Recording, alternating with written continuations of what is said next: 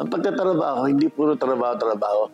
Medyo hahaluan mo rin ng konting pakikipagkaibigan at pakikisama. Kailangan may konting pagtitiis sa simula. May kasabihan tayo, pagka may tinanim, may aanihin. Kaya nga sabi ko, kung magtatrabaho, talagang kailangan bukal sa loob mo, tapos talagang yung seryoso ka sa iyong gagawin. Huwag na muna masyadong tingnan ang iyong sweldo. Kasi pagka kayo naghanap, lipat ka ng lipat, para ba nagsisimula ka lang palagi? Hindi ako naghahangad ng malaking kita.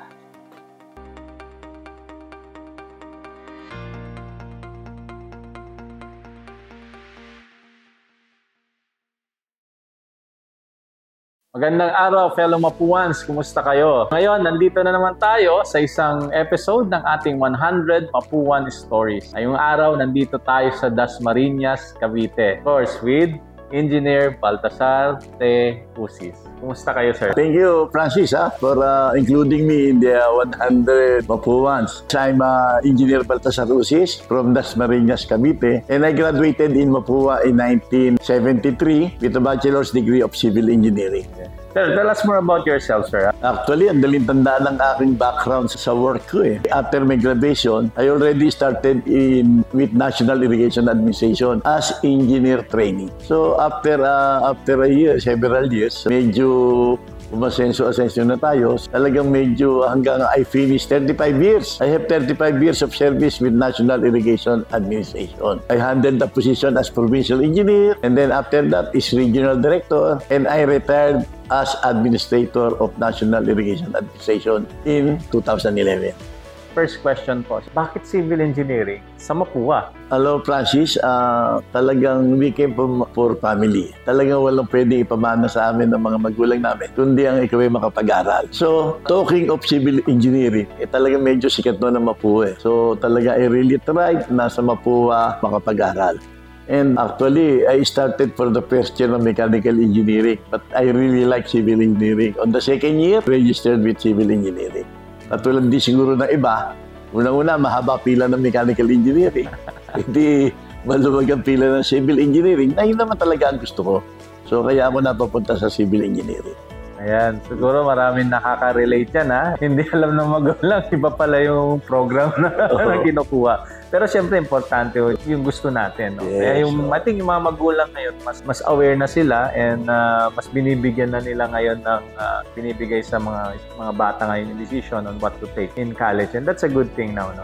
And of course, yung civil engineering, siyempre kilalang-kilala, no? Hindi lang civil engineering, but Mapua as engineering school, no? Kahit saan, sa amin din sa probinsya, no? Ang tawag pa na, Mapua. Mapua. Yan, so sa mga Ilocano, Mapua, no? So, talagang kilala po, no, sa engineering. Sir Te, balikan pa natin yung experience way back sa Mapua. Can you share with us a memorable experience nung nag-aaral kayo, no, with your classmates or maybe one of your professors? So, alam mo sa Mapua, talaga medyo, sabi ko nga kanina, medyo mahirap talaga. So, I have no enough time, hindi ka pwede maglakwatsa. So, talagang aral-aral ka. So, sabi ko nga sa iyo, ang stambayan nga namin doon, mga tabing bakod, yung mga anak ko, inabot niyo yung mga nagtitinda ng mga barbecue. Doon kami nag-i-stambay. Tapos, sa mga barkada ko noon, talagang medyo relax sila. Kaya nakakasama ako nila noon. Kung natatandaan mo, inabot ko kasi yung rally-rally. So mga barkada namin noon, medyo minsan may kalokohan. Huwag tayo pumasok. Pagka huwag pumasok, gawa rally. Di wala nang pasok sa hapon. So yan ang mga hindi ko makalimutan sa Mapua. Pero masaya, no? Ha? Yung batch namin talagang very close ang aming relationship ng batch namin. Kasi during our time, dalawang section lang kami. Kaya talagang you will be very close to each other. Ilan po kayo sa bawat section? Mga 40, ganyan. 40, so talagang konti lang talaga. Kaya nga sabi ko, medyo very close ang relationship nyo. Kaya nga hanggang sa nag-graduate kami, medyo talagang very close kami. Ang hindi ko lang makalimutan experience dyan. Kay Frank, if you know our professor in hydraulics, si Macra. Si Macra, no? Pagka ikaw hindi nakagraduate, nagbibigay yan ng incomplete na grades eh. So, ang aming hydraulics noon, during that time, 5 units, araw-araw. So, na-epektuhin yung scheduling. So, pamimiliin ka, The following semester, you will just take the final exam. Pagka pumasa ka, ipapasa ka na. Pagka hindi ka nakapasa, baksak ka. So, pinili ko siyempre yung wala lang finals. Dahil gusto ko makagraduate eh. At alam na magulang ko, graduating na ako eh. So, kaya no matapos ko, yung nga nag-aaral ka araw-araw, hindi ka makapasakit macro eh. Yung pagkukuha ka na lang finals. Final exam na lang. So, alam sa amin na magulang ko, gagraduate na ako. Punta na, pagdating doon, baksak pa rin ako siyempre kay Macra. So, may halo na kami pakiusap. So, talagang kita naman ni Ma'am Macra na talagang very serious kami makatapos. So, pinagbigyan din naman kami. Sabi kasi, alam sa amin, nag-graduate na kami. So, that is the experience na hindi ko makalimutan sa during my pag-aaral sa Mapua. Sir, alam mo, after graduation, siyempre, ang pinaka-challenge yan is, saan ba ako magtatrabaho? After you have taken and passed the board exam, ano ba mag-umpisa ng career? Ano ba yung dapat mong gawin? Ano ba yung pipiliin mo? Lalo na, civil engineering ay napakalawak ng sakop niya. Sa case po ninyo, no, paano kayo nag-umpisa? And can you share with us your journey? And nabanggit nyo kanina na you spent 35 years on government service. Alam mo, after graduation, siyempre, maghahanap ka, medyo tumitingin ka kung saan ka mag-work. So noon, during that time, may mga special project dito sa Cavite, being I am from Cavite. So kaya nga sabi ko, mukhang medyo linya ako rito sa irrigation. So I chose working with irrigation. So luckily, I was joined the NIA Special Project during that time. So, meron kami noon tinatawag na Irrigation System Improvement Project. Doon ako nagsimula. Dito sa NAIC, ang aming opisina, NAIC Cavite. Until such time, na nalipat na ako sa operations. So, napunta ako sa operations, and then after a few years, as engineer trainee, medyo nagkaroon ng vacancy. Naging provincial engineer na ako sa Quezon. So, medyo maganda-ganda na naging offer sa akin. I became the provincial engineer ng Quezon. But hindi biro for 13 years during that time, New People's Army are very active in Quezon. Yun lang hindi ko makalimutan experience. You have to meet with these people Talagang medyo lakas loob. Yung trabaho, hindi ko masyadong pinoproblema. Pero meeting with this kind of people, talagang medyo yung isip. Pero awa naman ng Diyos, pagka talagang, kaya nga sabi ko, kung magtatrabaho, talagang kailangan bukal sa loob mo, tapos talagang yung seryoso ka sa iyong gagawin. Malakas sa loob mo makipag-usap dito sa mga taong to. Kasi noon naman ng MPA, medyo maganda-ganda rin ang nitiin nila. Talagang gusto makatulong sa mga magsasaka. So, medyo nakikinig-kinig kami kung ano gusto nila. Yun lang ang medyo mahirap-hirap. Until such time, nalipat ako sa probinsya namin, sa Cavite. And then, after 6 or 7 years in Cavite, nagkaroon ng vacancy ng regional director sa Region 4. And this is my happiest step in my life with my career, being the regional director of Region 4. Sapagkat ng Region 4 is one of the biggest regional office sa buong Pilipinas. Normally, ang naging regional director sa Region 4 are regional directors from other region. So, ako from provincial, naging regional director. Kaya medyo, sabi ko, ang saya ko during that time. Kaya nga, sinasabi ko, miski sa mga anak ko, sa mga kaibigan ko, ang pagtatrabaho, hindi puro trabaho. Medyo hahaluan mo rin ng konting pakikipagkaibigan at pakikisama sa inyong mga kasamahan sa trabaho. I work as regional director for 8 years. So talagang ang sinasabi ko nga, ang pinapangaral ko rin doon sa mga nagtatrabaho, huwag naman pa-relax. If your time is at 8 o'clock, you should be there at 8 o'clock. Dapat seryoso ka sa oras mo ng pagtatrabaho mo. At medyo yung mga kompromiso na trabaho, huwag mong ibibitin, huwag mong iiwanan para maging successful ka sa iyong trabaho. So, luckily nga, hanggang I was appointed as Administrator of National Irrigation Administration. Medyo sabi ko, yan ang talagang parang 100 beses kong pinag-isipan niya. Sabi ko kasi after that, being a presidential appointee, you are working coterminous with the President. Medyo malakas naman ang loob ko noon dahil ako seso. Meron akong civil service eligibility. Sabihin, magaling. Oo. Seso. So, may seso ako noon. Nung araw, putang hirap makapasa sa seso. So, kaya nga sabi ko, malakas ang loob ko, when I was replaced, napilitan akong bigyan ng another assignment because of my eligibility. Kasi nasa seso, yung security of tenure, if you are having a seso, di ba? May security of tenure ka. So yun, hanggang sa... But I really decided to retire at the age of 60. So medyo maganggang na trabaho, na-detail ako sa Department of Agriculture hanggang I reached the age of 60. So I retired at the age of 60 in 2011. Actually, before I retired, I really prepared myself. I put up my personal, my private company. Alam nyo nung araw Nung before siguro 10 years before my retirement, nag-heavy equipment na ako during that time. Marami na kasi noon. Ang Cavite noon kasi ang laki ng mga land development. So, nasa land development ako noon. Kaya nga medyo, I prepared myself for my retirement. So, maganda, no? Parang, kumbaga, dapat may plan ka, no? As you move forward. May continuity. Dapat prepare ka, no? For the next stage ng ating buhay. And I think yun yung magandang na pagplanuhan ninyo, nagawa ninyo, no, Sir Te.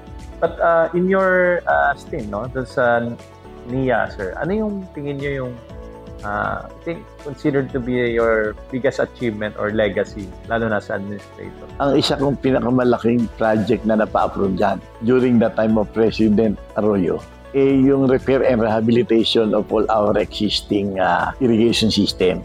Sapagkat previous years, ang mga na-appoint na administrators are mga newcomer with the agency. Ang palaging problema natin is to increase our rice production. So, to increase our rice production, palaging kailangan i-increase ang ating irrigable area. Pagka newcomer ang pumasok sa NIA, ang nasa isip, construct a new irrigation system.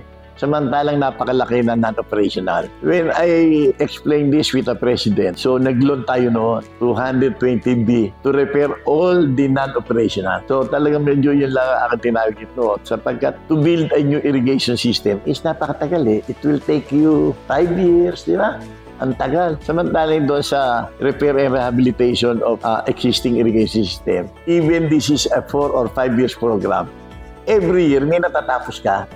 Meron ka ng achievement na nagagawa. Unlike no isang malaking irrigation project, minsan pagka napaltan pa ang administration, hindi natutuloy, hindi natatapos. So, marami tayong ganong project. Ha? Sabi ko nga, sayang yung mga naumpisahan na hindi naman natatapos. Di ba? So, maganda at least may existing na kumbaga na makikinabang. Yes. Proyekto na yun. Nung pinapaliwanag ko yan kay President Arroyo, sabi ko, ma'am, tinanong ako bakit ngayon lang nagkaroon ng ganyan? Sabi ko, ma'am, ngayon lang tayo nagkaroon ng administrator na coming from the rank. Tama. Kasi diba? Alam natin ang problema. Para rin lang tayo nakakita na nangangailangan tayo ng bahay. Pagka sinabing kailangan natin ng shelter, ang iniisip agad ng bagong upo, magpagawa tayo bahay. Samantalang marami naman tayo existing na bahay. Napapaltan mo lang ang bubong, i-repair mo lang ang CR, i-rehabilitate mo lang, which is mababa ang cost. Tama. So yun. Agad mapakinabangan. So actually, I'm happy with that na mapa-approve ko yung President Arroyo. It's a matter of 15 minutes discussion. Okay. So in 15 minutes, napa-oo yung Presidente. Kaya medyo, yun ang hindi ko makalimutang achievement ko dyan as administrator ng NIA. Sir Te, yung National Irrigation, no, or NIA, ay napakalaki ng role, no, sa ginagampanan sa ating lipunan.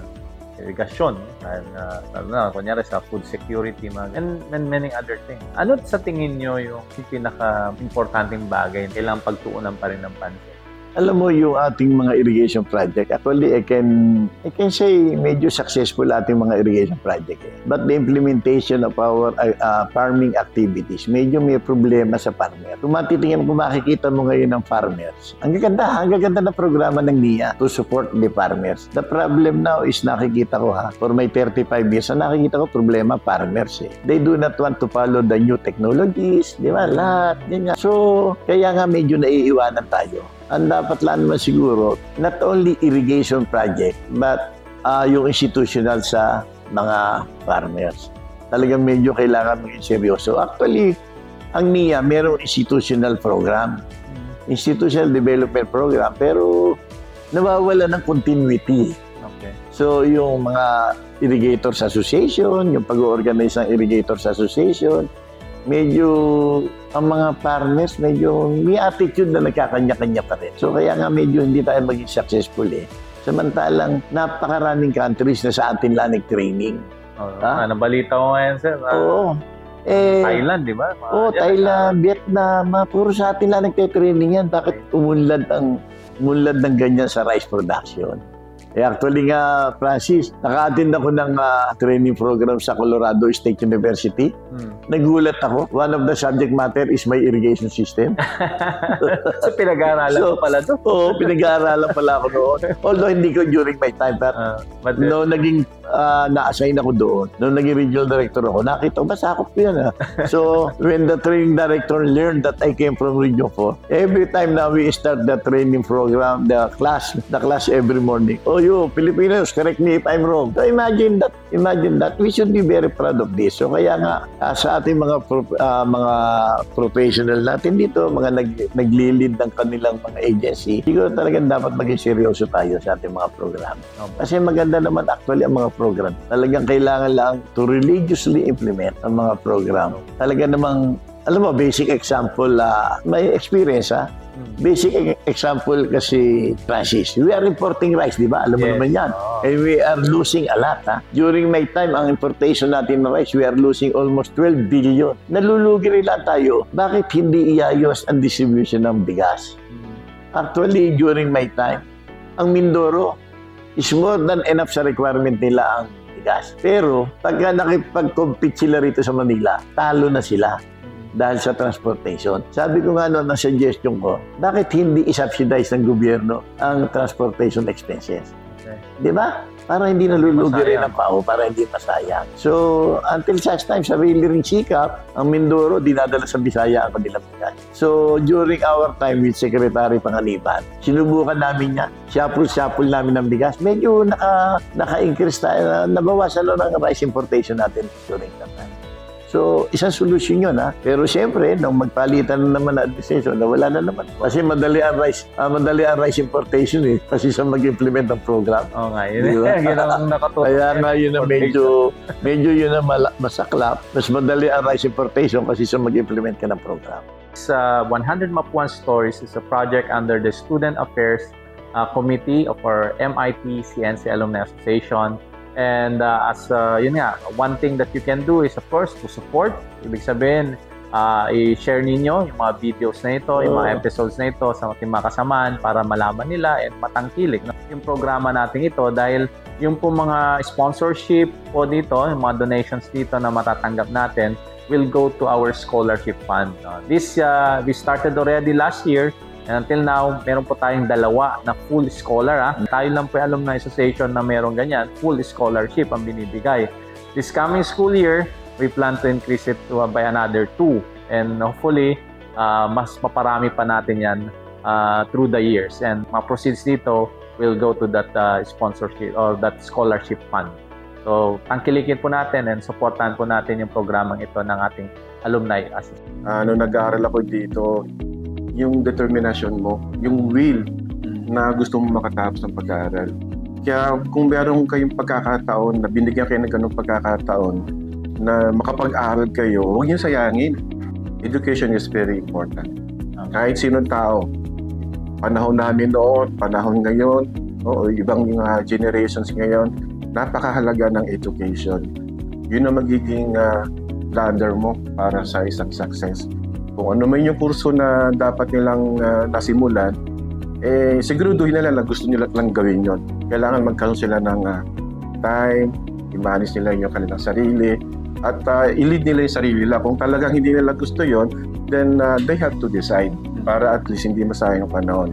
Huwag niyong i-limit yung dapat yung matutunan sa practice. Dapat i-expand niyo yung sarili niyo, be open to new technologies, new learnings. Doon mo ma-appreciate yung practice kung ano yung dapat mong gawin pa para sa of course being part of the nation building, being part of being a civil engineer in general.